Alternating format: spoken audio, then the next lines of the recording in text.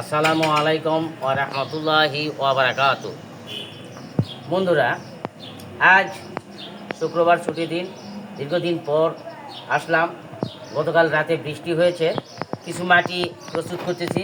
একটা বনসাই পাইকর গাছ, যার বয়স 3 বছর, একটা বালতিতে রাখছিলাম, সেখান থেকে একটা টবে দিলাম, ছোট্ট একটা ইয়াতে রাখছিলাম। আর একটা বড় বট গাছ, এর বয়স 5 বছর।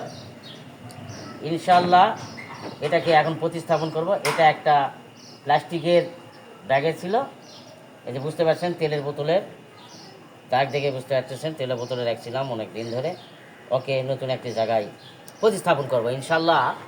তার সাথে আজোয়া মরিয়ম খেজুর, যেটাকে বলা হয় আজোয়া কালো খেজুর, সেই খেজুর টাটকা খেজুর সৌদি থেকে আনা।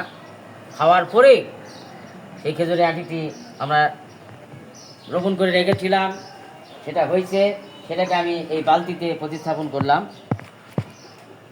আজোয়া খেজুর ইনশাল্লাহ বন্ধুরা সর্বোচ্চ চেষ্টা চালাবো এই গাছ ফল নিয়ে আসার জন্যে। যদি ফল আসে, অন্তত 5-6 বছরের মধ্যে ফল আসে খেজুরের গাছে, আমরা চেষ্টা করব এটাতে নেওয়ার, ফল নেওয়ার। এছাড়া আমি আরও আগে একটি গাছ 4 বছরের মতো আছে, আমার ছাদের উপরে আছে, লাগিয়ে রাখছি। ইনশাল্লাহ মাটি প্রস্তুত শেষে ওই গাছটি প্রতিস্থাপনের দৃশ্য আপনাদেরকে দেখাবো। মাটিতে জিনাই গুঁড়া, হাড়ের গুঁড়া, চাপাতি, বিভিন্ন ধরনের পচা পাতা, ছাই দিয়ে মিক্সড করা আছে। আরও দিচ্ছি, যেমন ধরুন চাপাতি মিক্সড করছি, এই যে চাপাতি, ভিনাই গুঁড়া, হাড়ের গুঁড়া, বিভিন্ন ধরনের পচা পাতা, গাছের পাতা। তারপর আমরা যে খাদ্যগুলো খাই, যেমন আলুর চোচা, বেগুন, পোকা বেগুন, এই সেই হ্যানতেন, এগুলো নষ্ট না করে এগুলো জমায়ে রাখে, পচায়ে গাছের অনুখাদ্য হিসাবে আমরা দিয়ে থাকি।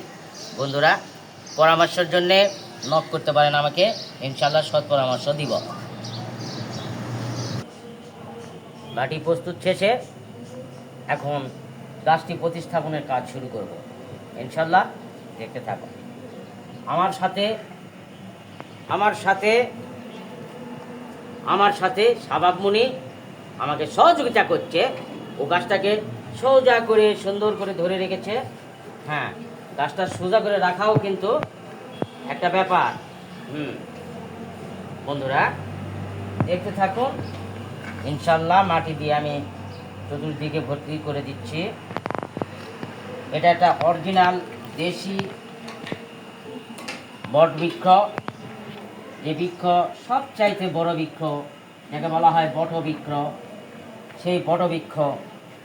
ইনশাল্লাহ এর বয়স 5 থেকে 6 বছর। ওকে লালন পালন করা হয়েছে বিভিন্ন জায়গায়। এখন প্রতিস্থাপন করে দিচ্ছি, ওর স্থায়ী একটা জায়গা করে দিচ্ছি। ইনশাল্লাহ আরও 5 বছর পর এই টবটাকে আমি 10 ইঞ্চি একটা স্তবে প্রতিস্থাপন করব ইনশাল্লাহ।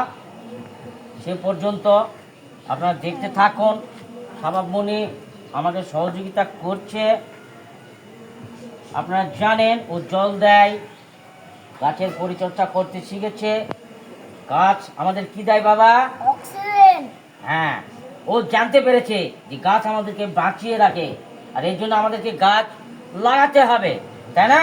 বেশি করে গাছ লাগালে বেশি ভালো হবে। হ্যাঁ হ্যাঁ, অক্সিজেন দিবে, পৃথিবীকে বাঁচাইবে। হ্যাঁ, রাইট, পৃথিবীকে বাঁচাই দিবে গাছ ইনশাল্লাহ। গাছটি আমাদের প্রতিস্থাপন হয়ে গেছে। বাবা অফিসে গাছ লাগায়, সেরকম আমাকে গাছ লাগান লাগবে।